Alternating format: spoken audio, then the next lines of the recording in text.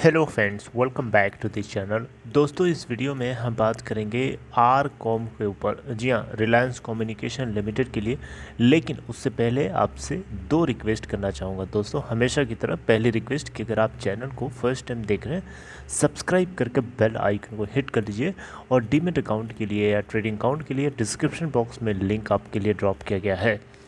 दोस्तों, Reliance communication limited में previous session के अंदर अगर आपने देखा हो तो थर्सडे को 2.90 पे ओपन होने के बाद 2.85 का लो बनाया और 2.95 का हाई बनाया।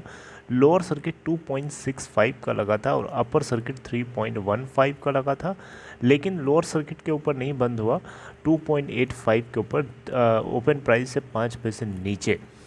अगर हम टोटल वॉल्यूम की बात करें तो 81,05,398 एनएससी के ऊपर जनरेट हुआ, जबकि अगर आप बीएससी के ऊपर देखेंगे तो 40,10,482। अगर हम मार्केट कैपिटलाइजेशन की बात करें तो बीएससी के ऊपर 790 करोड़ रुपए और एनएससी के ऊपर चेक करेंगे तो उसी के आसपास आपको यहाँ पे भी दिखाई देगी। राइट दोस्तों, अब बात करते हैं 788 करोड़ रुपए।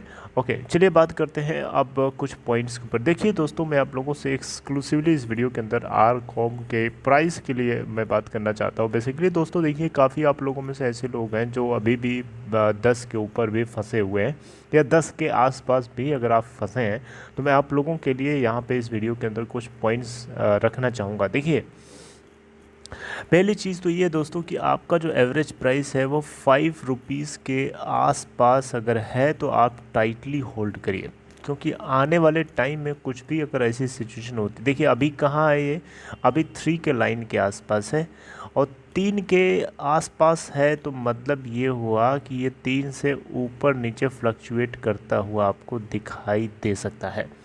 तो अभी 3 के लेवल के आसपास मैं इसको मान के चल रहा हूँ। तो अगर किसी तरीके से आपका जो है एवरेज प्राइस 5 के आसपास भी आ जाता है, उस केस में आप इसको टाइटली होल्ड करके रखिए, क्योंकि सिचुएशंस कुछ ऐसी बनेंगी जिसकी वजह से आपको रैली करके 6 तक, 5 तक, 5.50 तक ऐसे जाता हुआ दिखाई दे सकता है। बिकॉज लास्ट के मैं 2 साल से मैं देख रहा हूँ, पहले 4 पॉइंट समथिंग के लेवल को क्रॉस किया और इस बार 5 पॉइंट समथिंग के लेवल के इसने क्रॉस किया। तो बेटर सिचुएशन आने वाले टाइम में अगर कुछ होती है या जो प्रोसीडिंग्स रुकी हुई हैं वो प्रोसीडिंग्स अगर होती हैं, मटेरियलाइज होती हैं, तो ये उस उम्मीद में आपको ऊपर की तरफ भागता हुआ दिखाई देगा।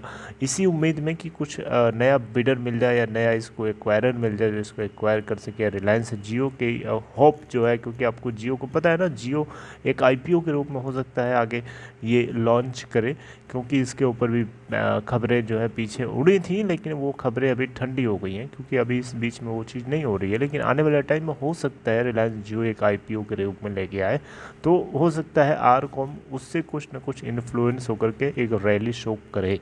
देखिए, सब कुछ मैं एजम्पशन के ऊपर बता रहा हूँ, कोई गारंटी नहीं है इस चीज़ को लेकर के, क्योंकि मैंने फ्यूचर देखा नहीं है। मेरी बात समझ रहे हैं?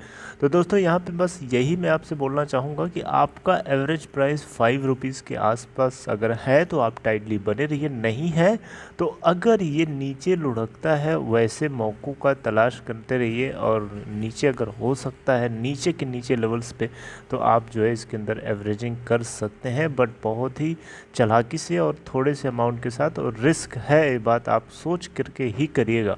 राइट, रिस्क है, रिस्क को भूलिए मत, क्योंकि आर कॉम आपको पता होना चाहिए एनसीएलटी के अंदर खड़ी है, और एनसीएलटी के अंदर खड़ी है तो गारंटी नहीं है कि ये आपको प्रॉफिट बना के देगी या फिर इससे आप जो है सेफली निकल पाएंगे। इसकी कोई गारंटी नहीं है, सेफ एंड सिक्योर नहीं है, बात आप नोटिस करिए। ऑल्दो ये कंपनी रिलायंस कम्युनिकेशन लिमिटेड जो है धीरू भाई अंबानी के द्वारा बनाई गई एक फ्लैगशिप कंपनी थी एक टाइम पे, और इसको मुकेश अंबानी अगर चाहे तो उनकी रिस्पेक्ट के लिए, सम्मान के लिए इस कंपनी को स्लॉटर हाउस के अंदर लिक्विडेट कराना नहीं चाहेगा, मुझे ऐसा लगता है। ऑल्दो होने को कुछ भी हो सकता है, मुकेश अंबानी के दिमाग को मैं पढ़ थोड़ा सकता हूँ कि वो क्या सोचता है, क्या करने वाला है।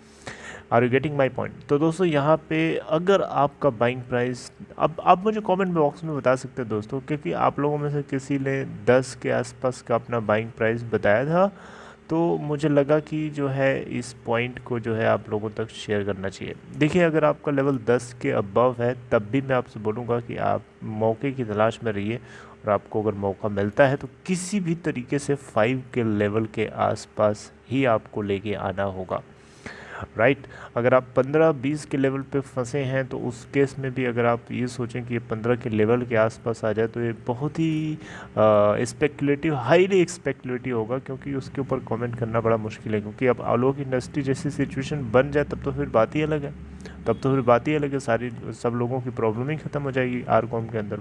तो आप मुझे कमेंट बॉक्स में बताइए दोस्तों कि आप लोगों का बाइंग प्राइस क्या है। प्लीज़ प्लीज़ प्लीज़ आप इस चीज़ को ज़रूर बताइए, राइट, कि आपका बाइंग लेवल कितने कितने लेवल से, ताकि मुझे अंदाज़ा लगे कि आप लोग कहाँ कहाँ पे फंसे हो, राइट। क्योंकि देखिए 100, 90, 50 के लेवल पे भी कुछ लोग हैं क्या, ऐसे लोग हैं क्या, मुझे जानने का, ये थोड़ा सा मेरे को जानना है, पता करना है क्या किन किन लेवल्स पे लोग जो हैं अभी भी इसके अंदर बने हुए हैं, राइट। और यही कहूँगा आपसे कि ये जो है पॉजिटिव रहिए। और अभी देखिए इस हफ्ते जो है एनसीएल दिल्ली हाई कोर्ट के अंदर एक सुनवाई होनी थी, आरबीआई की तरफ से एक रिपोर्ट तैयार करी गई थी उसके ऊपर, लेकिन कुछ भी अभी तक अपडेट तो नहीं है उसको लेकर के। अगर कुछ आगे होता है तो मैं आपसे ज़रूर डिस्कस करूँगा।